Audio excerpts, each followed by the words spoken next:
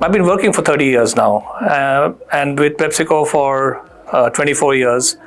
And I've worked in the India business on the food side, on the beverage side.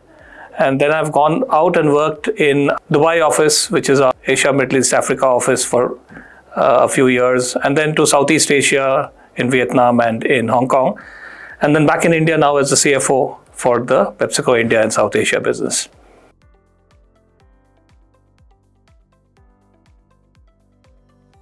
So many stories and so many defining moments, but if I were to pick out three, maybe let me start with my first international role.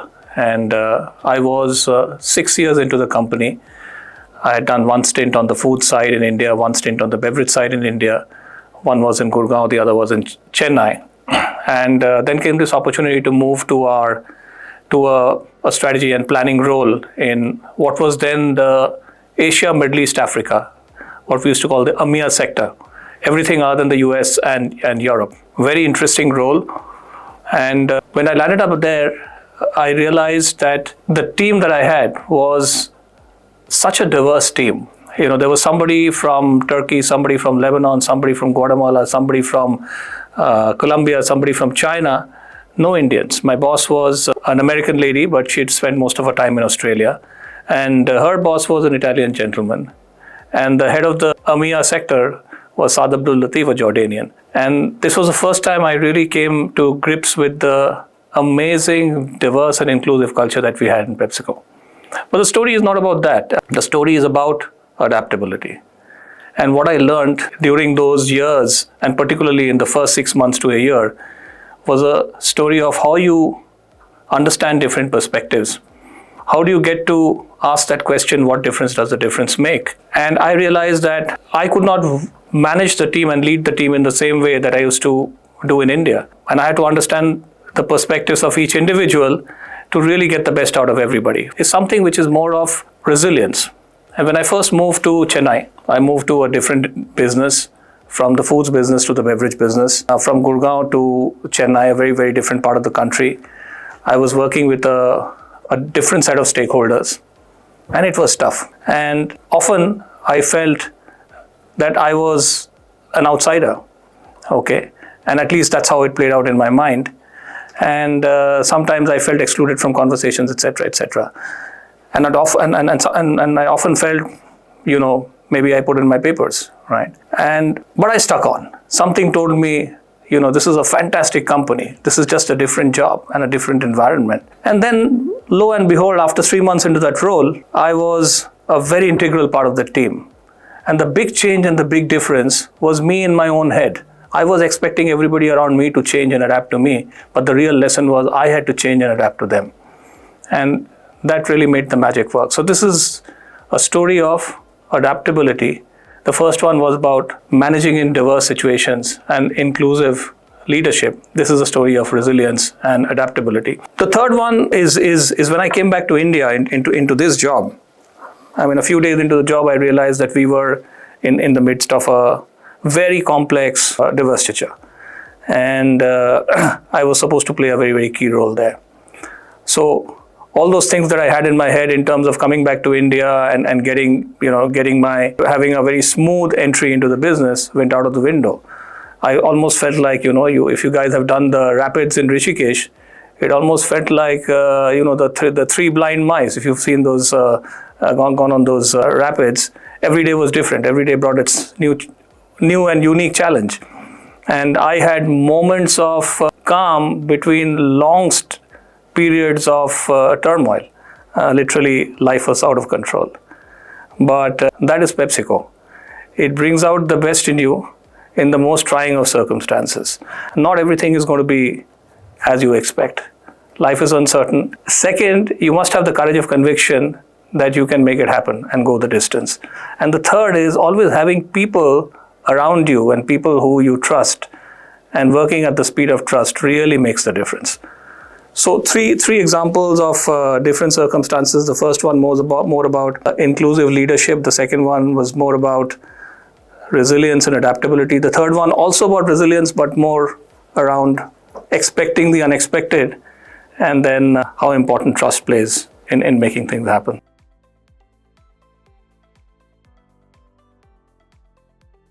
I think today we are in an age of perform and transform. We are in an age of how do we, win on the ground and strategize on what is coming ahead. And given the VUCA world that we live in, we have got to do both.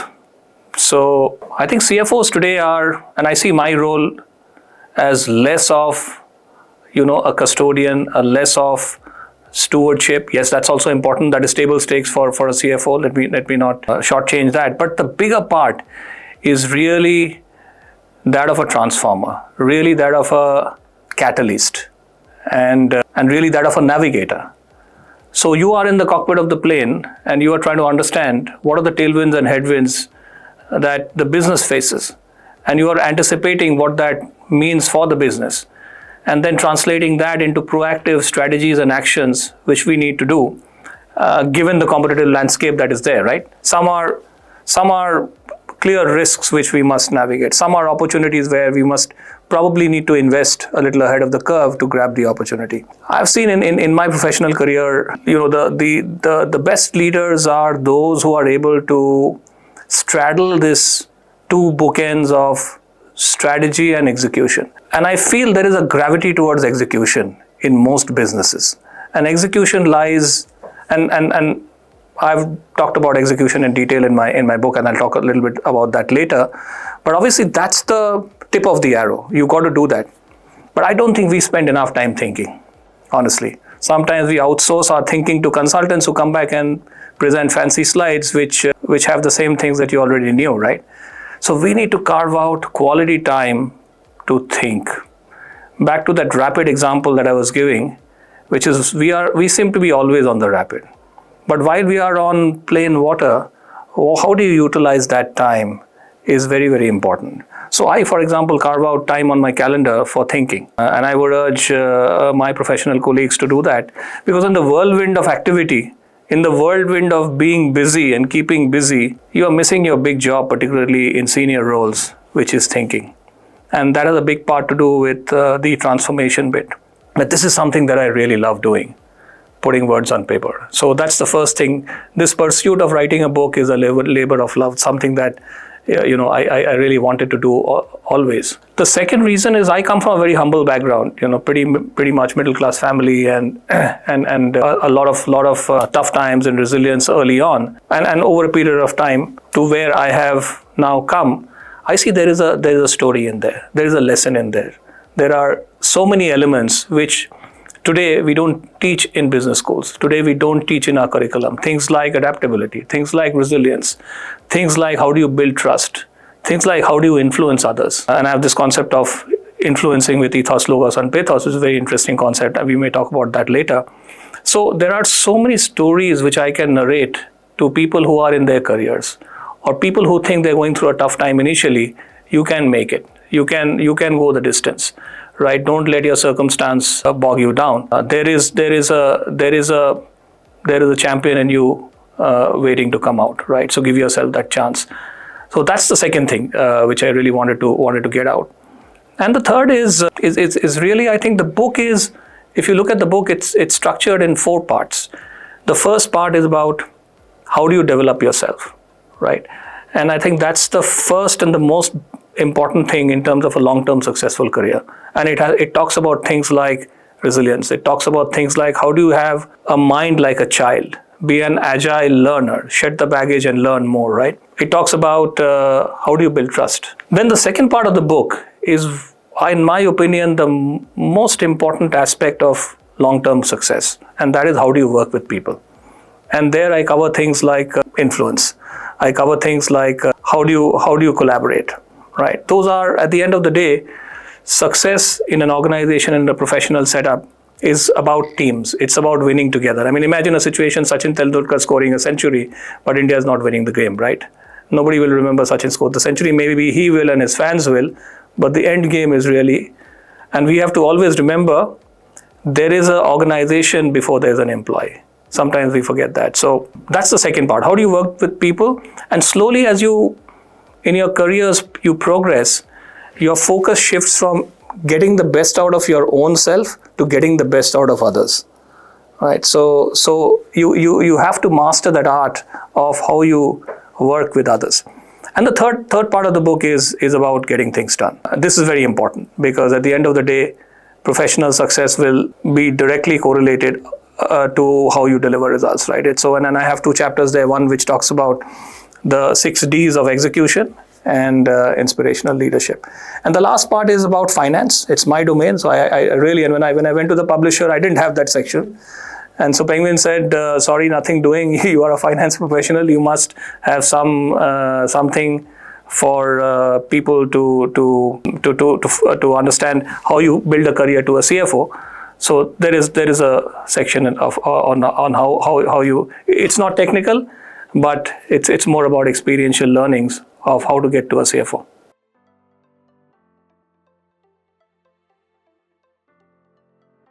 In my opinion, I think a few things are important.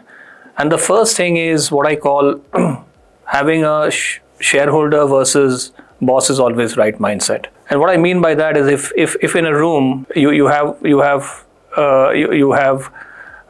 discussing something, think of if there was the shareholder in the room. Now, in ownership-driven companies, proprietorship companies, that's very easy because the owner is sitting there and the owner has clearly an opinion, right? I think the finance leader is the representative of the shareholder in any kind of situation. So apply the lens of the shareholder. And that is something which has guided me in my career always. Even in the toughest of times, even if I had to raise my hand against a popular decision, what gave me the courage of conviction to do so was the fact that I'm thinking of it like a shareholder. If the shareholder was the owner of the company was sitting in the room, what would he or she say, right? So to all finance professionals, I say that is a very, very important thing. That should guide you. That should be the torchbearer for you in your career. Sometimes you will be unpopular. Sometimes you may rub people the wrong way. But having said that, the seat on the table is exactly for that, right? So that's the first thing. The second thing is communication. I have seen brilliant finance professionals and excellent with numbers, excellent with Excel, excellent with technical skills, etc. But they struggle when it comes to communication. Finance is the language of the business. And if you're not able to communicate the language of the business to different audiences, then you're not going to make it very far. You're going to be just behind your desk. So you have to take the opportunity to stand up, be heard, get out there. The fear of speaking, I know, is the second most feared fear, so to say, right? But if you really want to make it to the top in finance, you have to be a great communicator. And what I mean by great communicator is not just the Queen's English. It's about understanding your audience. It's about different strokes for different folks. It's about balancing data and facts with narrative and emotion, right? And telling a story.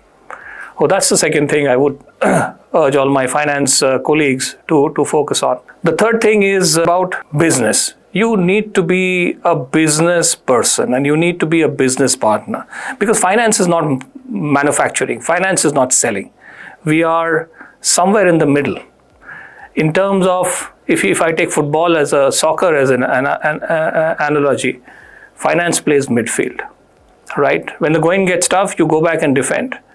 When you have a lot of competition or you have a tailwind, you go offend, you help your strikers, right? So finance plays midfield and you got to be that all-rounder, so to say, in cricket parlance, to be able to play different roles at different times.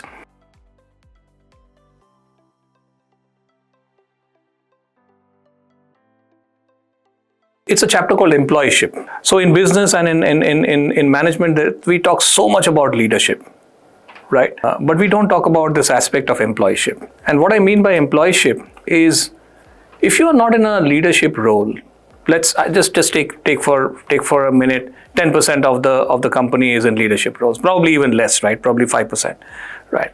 95% of the organization are what I call doing employeeship. So why don't we talk about that? Because I think that has a very big bearing on the success of the organization, right? The unsung hero, so to say. And there is a dedicated chapter on that. So what do I mean by employeeship? Number one, how do I get my best self to work? We need to bring our head, hand, and heart to the job every day. And that's what I mean by bringing our best self to work. Now, the head and the hand will have to come, otherwise you won't survive, right? You won't be doing a good job. But the trick is getting your heart into the job, loving what you do, the passion for getting out of bed and coming to work. That's what makes the difference. And that's what companies need to inculcate as cultures. And in PepsiCo, we have that. And that's why people like me are there for 24 years, right? So it's not the head and the hand. It is the heart, which ultimately is the magic. But that's the first aspect of employeeship. Second aspect of employeeship is what I talked a little bit earlier about, is having that shareholder mindset versus the boss is always right mindset. And when I started my career, it was all boss is always right mindset. I mean, it was like, yes, boss, tell me what to do. And yeah, you're right, of course. I mean, okay. Now, in PepsiCo, we believe that everybody has an equal voice, irrespective of the seniority of the person in the room. That's the beauty of the culture. Of course, you've got to do it the right way. You got to communicate in the right way. Respecting others is a very important thing. So you can challenge respectfully, voice your opinion respectfully. So as an employee, remember, you're earning your salary not from your boss, but from the owners of the company. So your allegiance is to them, right? So that's the second aspect of employeeship. The third aspect of employeeship, I believe, is having this learning agile mind. Having a mind which is not full of baggage, but open to learning. And I've seen professionals, and including myself, right?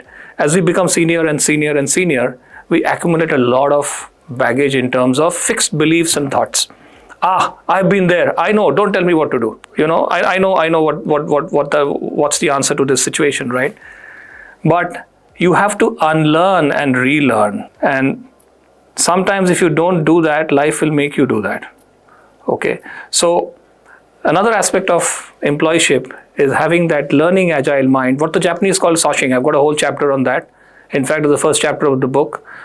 Soshing is a term which basically means, in Japanese, having a mind like a child. Imagine how fast children learn, right? Imagine a team full of superstars. That's going to be a tough team to manage, right?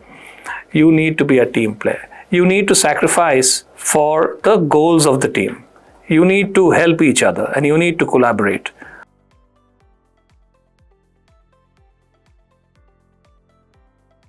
Chapter on balance in my book. And that's in the first section on self-development. Today we are in a world where there's so much of pressure, so much of stress. So what do you do, right? And my theory is very simple. Think of life like a graphic equalizer. You know, you have your musical jukeboxes, etc., where it has a treble, a bass, and then all the other stuff. If you're only focused on one, okay, if you're only focused on just job and career, right? Or when are you going to get your next promotion? Or when is the salary increment coming? Or when is somebody going to say something nice about you? You will only be a very unhappy person. And you will be kind of maxing out, just one of the equalizers.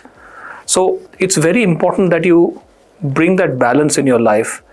And I personally believe, as I said, I always had this love for words, but I realized I wasn't doing anything about it. So somewhere in my mid-career, I started writing, and it started with articles. It started with things which probably, I haven't published and things like that. But the sheer joy of doing it helped me relax. It helped me bring my best self to work. It helped me, give to others. And if you think of leadership at a very high level, it's about giving. Now, however, the leader needs to nourish himself or herself. Where is that nourishment going to come from? If you're only focused on external stimuli, it ain't going to happen. So you got to figure out how you nourish yourself. Everybody has a passion, right? And people are doing it nowadays. For me, it's writing. For me, it is music. And I have seen on a very stressful day, I go back and sit with my guitar and I have a couple of songs, and then I am much calmer.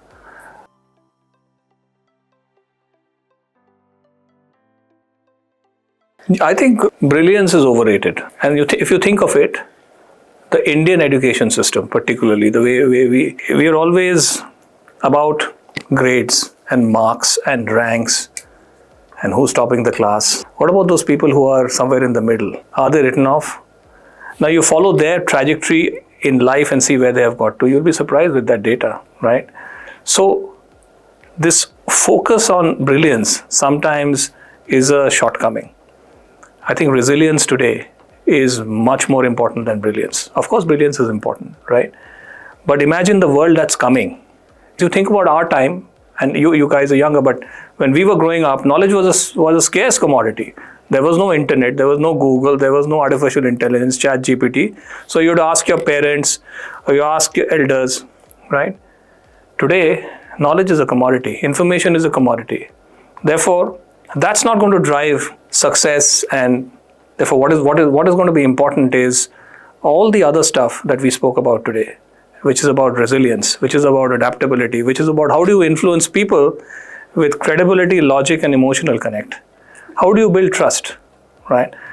Of course, you must have some basic skills, right? But focus on the working with people part and the developing yourself part. That is the foundation stone, I would say. If I were to advise people who are starting their careers and what I could, pick up as a lesson when I was starting my career, I was driven by I need to be, good at everything, and then, good at my job, and, have the most knowledge in the room. That's the other thing that leaders suffer from today, honestly. Today, there is a little bit of insecurity if you feel that there is somebody brighter than you. I think tomorrow's leaders and tomorrow's businesses will need people who are comfortable and secure by surrounding themselves with people who are better than them. Okay, because the leader's job is not to be the best, not to know the most, but to get the best out of others. And if you, in cricket terms, if you again go back to the good old great leaders, Clive Lloyd, West Indies, right?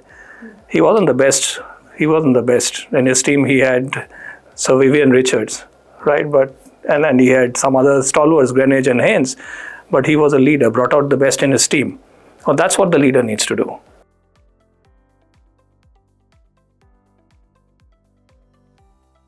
You're running your own race. Don't compare yourself with others. Right, in a career which is 30, 35 years, there will be some people ahead of you, some people behind you. And as long as you're making progress, you today is not going to be good enough for what is required of you tomorrow to succeed. So I would just keep it as simple as that. Understanding, and in PepsiCo, we have something which we call the development discussion plan, right? And it's not just about getting a promotion, but it's being prepared for that level of responsibility, right? And to do that, the conversation is about what are your development areas. Let's say your development area is in strategic thinking, okay, or it is in conflict management, giving the hard message. Then sit down and work out a plan with your manager, with your leader, on how you will improve that, and then follow up and measure it. Take a project which tests you on that. Communication is a great example. I mean, people shy away from taking the opportunity to stand up and present. And I used to do that. I used to run away from any presentation when I started. I used to hate it, any time. Or let's say you're sitting in an audience and somebody's going, okay, now I'm going to ask a question. And then you are, ducking, looking away, and you need to the person put up the hand. Okay, so there's nothing like practice, Even today, when I talk, I have butterflies in my stomach. It's good to have some butterflies in your stomach. Preparation, I have seen, is something that always builds confidence. Being prepared for anything that you do. So when you have identify your development areas, you are the one who knows yourself the best. Nobody knows you better than you in a closed room with nobody else is watching. So if you have that insight, you know what to do, right? And then take the opportunity to practice. Give yourself a chance to fail. The best learnings, and there are plenty of examples in my book, and I've got a lot of feedback from people saying this is good, this is real, because you're talking about vulnerability, you're talking about failures. Everybody talks about success, right? The hardest lessons and the best lessons come from failure. So practice, and focus on improving yourself. You run your own race, right? So don't compare yourself with others. As long as momentum is in the right direction. If you think a professional journey and career, it's like a slope. If you stand still, you go down.